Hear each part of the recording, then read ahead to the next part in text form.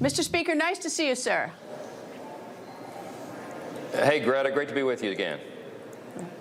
All right, you have a big project, the big, beautiful bill that President Trump would like to see passed by Congress. But before we get to that, I always like to sort of explain a little bit of your job. And one of them is, how much of a majority do you have right now? Because that does inhibit or help you in many ways, depending on what the numbers are. Well, we have a small majority. It's not the smallest in history anymore because we had two special elections in Florida about 3 or 4 weeks ago. So now we have a 3-vote margin in the House and a 3-vote margin in the Senate. So the beautiful thing about the budget reconciliation process, Greta, is that it doesn't require 60 votes as the threshold in the Senate. You can do it by a bare majority of 51. So as long as we can get this through the House and they can get a majority of the Republicans in the Senate, we'll be off to the races, and this bill will get to the president's desk. And we hope to do that at least by July 4th, if not sooner. So Senator John Thune has an easier lift than you do because he doesn't have to worry about the filibuster. But you have to worry about those 3 votes. I mean, you lose 3 people. You raise taxes in any way. A lot of those Freedom Caucus people, they're out the door on you. Yeah, look, we have a big, broad, diverse coalition in the House Republican Conference. There's 220 Republican members and 220 different ideas on almost everything, right? But the one thing everybody agrees on is that we've got to accomplish this mission. We have so much of the president's priorities, the whole America First agenda, wrapped into the one big, beautiful bill, as he likes to call it, and as we're probably going to wind up naming the final legislation. It's everything from securing the border, as you know, to restoring American energy dominance and ensuring peace through strength and making sure we do regulatory reform and cutting red tape, but also, very importantly, is the tax piece. We have to make sure the American people don't experience the largest tax increase in U.S. history, which is what would happen by default after the end of this year if we failed in this mission. So everybody here understands the importance of that. Everyone understands they're not going to get 100% of what they want individually in this bill. This is a consensus-building exercise every day, as I like to say, and we're getting there, and I think we're going to get this thing done. All right, so you have the cuts that you to achieve your goal, but some of the cuts, like Medicaid and food stamps, which are for the poor. Yeah, don't believe the misreporting and the hype that the Democrats are trying to put out there. Even before the bill text had come out, Greta, they were running ads and put billboards up around the country suggesting we were cutting Medicaid. It's simply not true, and we were able to get the ads pulled down because they were based on false information. The bill text was just filed on Monday, yesterday morning, and people are going through that and understanding what we're actually doing, Greta, is securing Medicaid. We're shoring it up. We're going to make sure that these essential programs are there for the people who genuinely need and deserve it. Medicaid is intended, remember, as a safety net for young pregnant mothers and the elderly and the disabled and vulnerable populations, not for able-bodied young men without dependents. Those are the kinds of people we're taking off the program, the illegal aliens who are on the program. And we're going to root out fraud, waste, and abuse, and that's where the savings are going to be found. So we're actually making the program stronger for the Americans who need it. All right, just so I'm absolutely clear, now $1 will be cut from Medicaid from previous years. Is that what you're saying? Yes, what we're doing is taking care of the vulnerable populations. Remember, this is President Trump's primary promise on the campaign trail, that we would not affect those essential programs for people.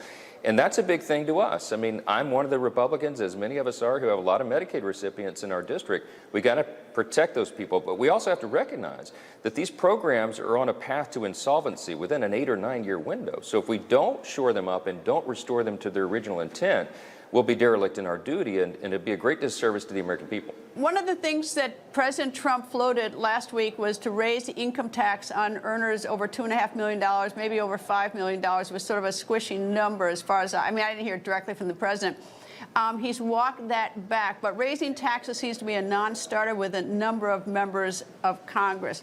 Is there any room at all for raising a little bit of money on the people who make a fabulous amount of money each year? And I know they don't want to give it up, but is there any way, because they could really help the rest of us? Well, when we looked at the idea that was put on the table, we recognized that it would adversely affect, for example, a lot of small business owners because of the way they do their taxes, you know, sole proprietors and people who have LLCs, those kinds of operators. And we can't afford to do that. But the good news is, Greta, we were able to meet our objectives, meet the critical savings benchmarks without raising taxes. And that's a really important thing. It's sort of been orthodoxy in our party forever. We don't want to raise taxes on anyone.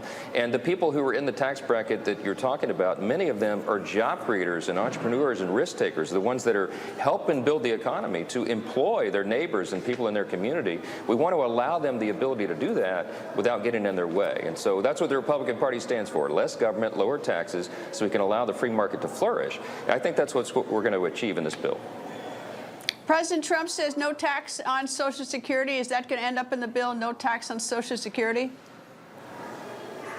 Yes, we're checking all the boxes. He promised no taxes on overtime, no taxes on Social Security, no taxes on, for example, interest on car loans that are made in America.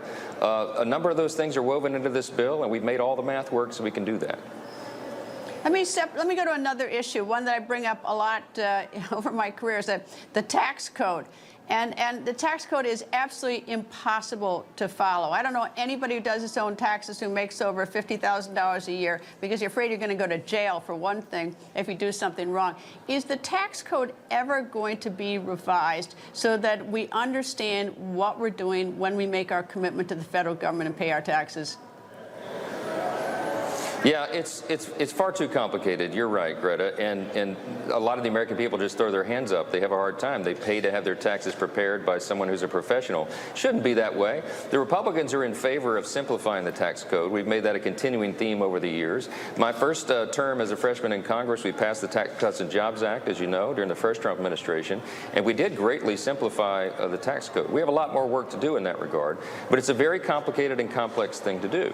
Every time you begin to go in and tinker with it and edit it down, you have all these big groups and constituents who come in and say that you'll destroy their industry or destroy their community.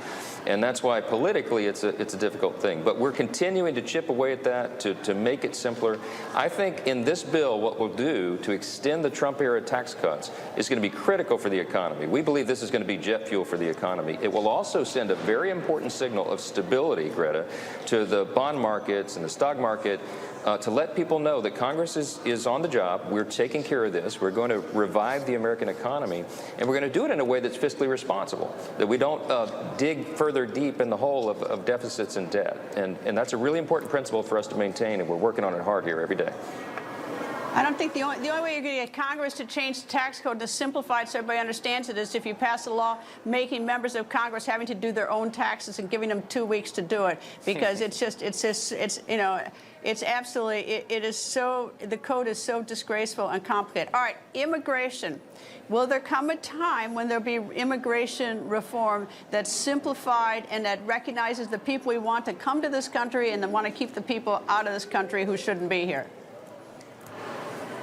Yes, there's a stark contrast between the Republicans and Democrats on this. We're working very hard, President Trump and his administration working very hard to deport so many of the dangerous criminal illegal aliens. We want them all out of the country, round them up and deport them. They came in on that open border over the last 4 years, and as President Trump rightfully says, probably 20 million illegal aliens came in over that 4-year period. It'll take us a long time to resolve that. But we get the dangerous criminal illegal aliens out.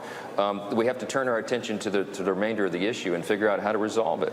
There's a lot of migrant workers who work in various industries, construction, hospitality, for example, some of the other industries, agriculture, and they're essential workers, but we need the work visa program to be shored up as well. We've got to strengthen that because it's a critical part of the economy now. So comprehensive immigration reform is a very complex thing. You touched on the two probably most complicated things in Congress, the tax code and immigration, but we're working on it. We got our sleeves rolled up and we understand there's got to be real reform.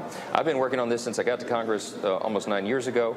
It takes a long time to get a big comprehensive bill done, but I think there's a lot of appetite for us to fix this, not just nibble around the edges, but get to the root of the problems. And I think we're going to have to do that, and we should do it in a bipartisan fashion. Well, those two issues really dog the American people, whether it's crime for who comes into the country, whether it's fentanyl coming across our border, whether it's workers who we want to come here and be our neighbors and help, mobilize our economy on the immigration side. And then on the tax side, small business owners can't even do their own taxes, so they're strangled. So those are two really important issues that could really help the American people if we could get it straightened out. Completely agree. And the Republican Party is the party to do that. I mean, we're the party for fiscal responsibility and free markets and human dignity, among other principles. And those are the things that are reflected in those policies. So you'll see us continue to work on that. Mr. Speaker, thank you very much. Good luck with your bill. Thanks, Greta. Appreciate you. Thank you, sir. People think news just happens. It doesn't. It happens because there's someone there to capture the moment, to explain it and share it. That's my job. I go where news breaks and give you the facts. Join me for The Record on Newsmax.